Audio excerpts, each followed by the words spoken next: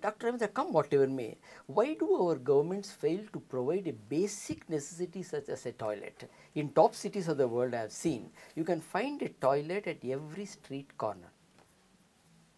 Yeah, I agree. I mean, there is no doubt that we need to provide more toilet or public facilities. In general, public facilities are not to the required extent in our country in general. It's not merely in Bangalore.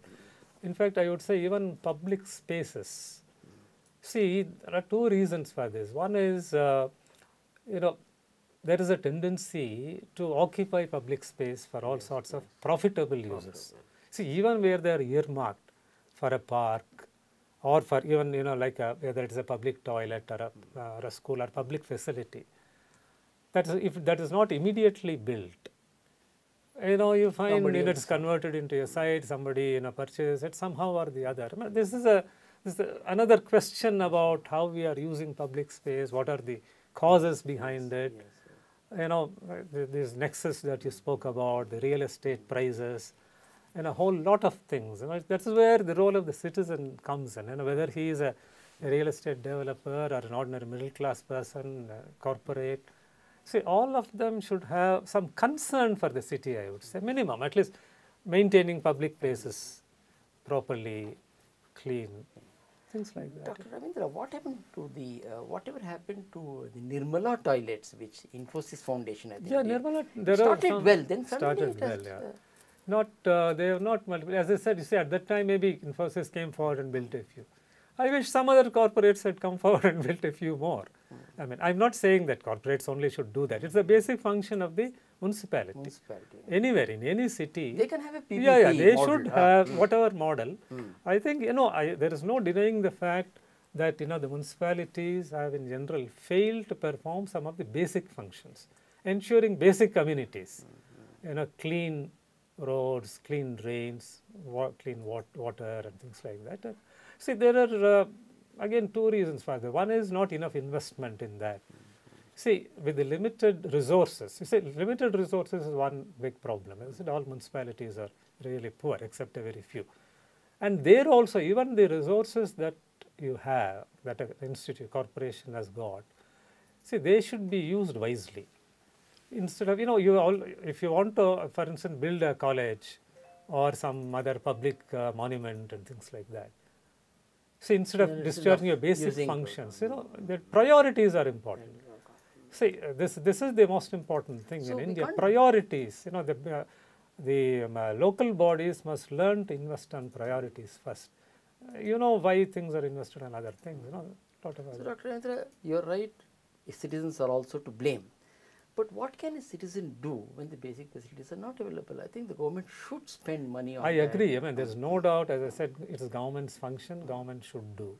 And the citizens, now that time has come now, I would say. For instance, we agitate on so many other things, a strike for all sorts of things. So even the Anna movement, let us say, at the top level, you are speaking about Lokayukta, which 99% of the people who are in agitation also perhaps wouldn't have understood what is Lokayukta, Lokpal bill and things like that. But nevertheless, it has focused attention on corruption. So what is important at the local level, if people join together and then agitate and say, demand these things, I think no government can ignore. I'm not saying this now. Even when I was commissioner at the BBM, when people used to come to me, saying that, similar, simple things not done here or some harassment and all that, I would tell them, you form an association. In fact, that is how during my time, a number of resident associations were formed. I encouraged setting them up. I said, community strength is the real strength. So if you come in a group, some assistant engineer, some, whatever it is, sanitary inspector, if 10 people, 20 people go on demand, then he is bound to do it.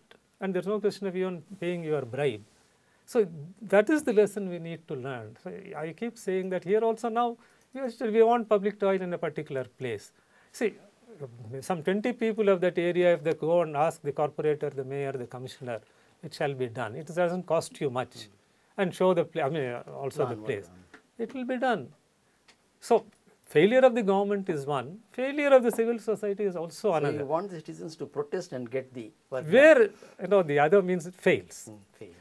So sometimes people do. See, it's not that governments don't respond at all. Sometimes whether it is the commissioner, the mayor, corporator, also sometimes they do respond.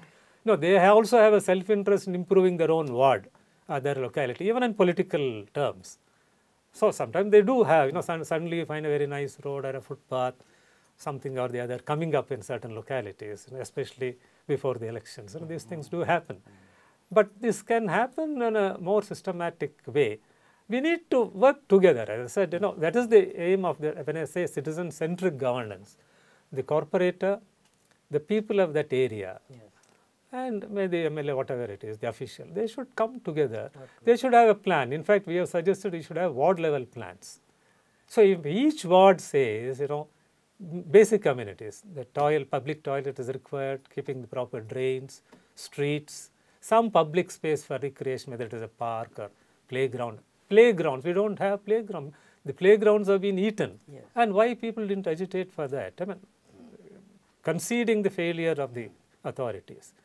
When there is a failure on the part of one, somebody else has to play a role to fill the gap. So citizens must play their role. Must they play must their- know their rights. They must like know they their did during rights. Anna Hazare movement. They came out. Yeah. So they must protest civic apathy also. Absolutely. In fact, let me say before concluding, Aristotle once said, rights do not a citizen make. It's not merely rights, but your responsibility also, the duties. So that only brings about citizenship. Absolutely. In a democracy, there is In a democracy, it's very important. Very important. One parting shot, Dr. Ravindra. No, I won't say it has lost its sheen, but there is some dent, slightly, and it is not too late to set it right. Set it right. And let's see, when we say IT city and all that, the IT industry is still flourishing, and new firms are coming in, new investors are coming in, new research centers are being set up.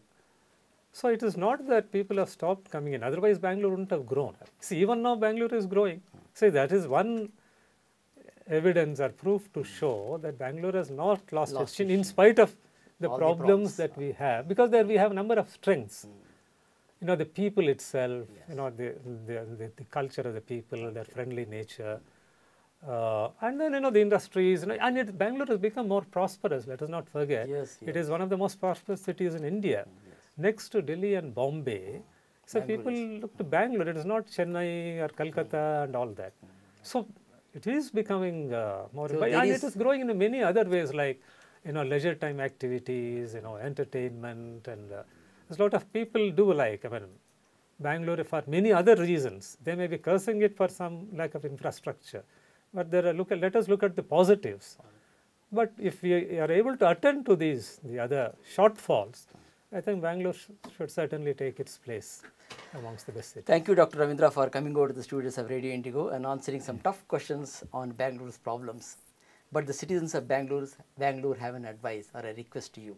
Please ensure coordination of various civic agencies. It has been pending for long. Citizens are fed up. Hello listeners, thanks for tuning in. I will be back next week, same day, same time, with another stakeholder of this great city in the hot seat.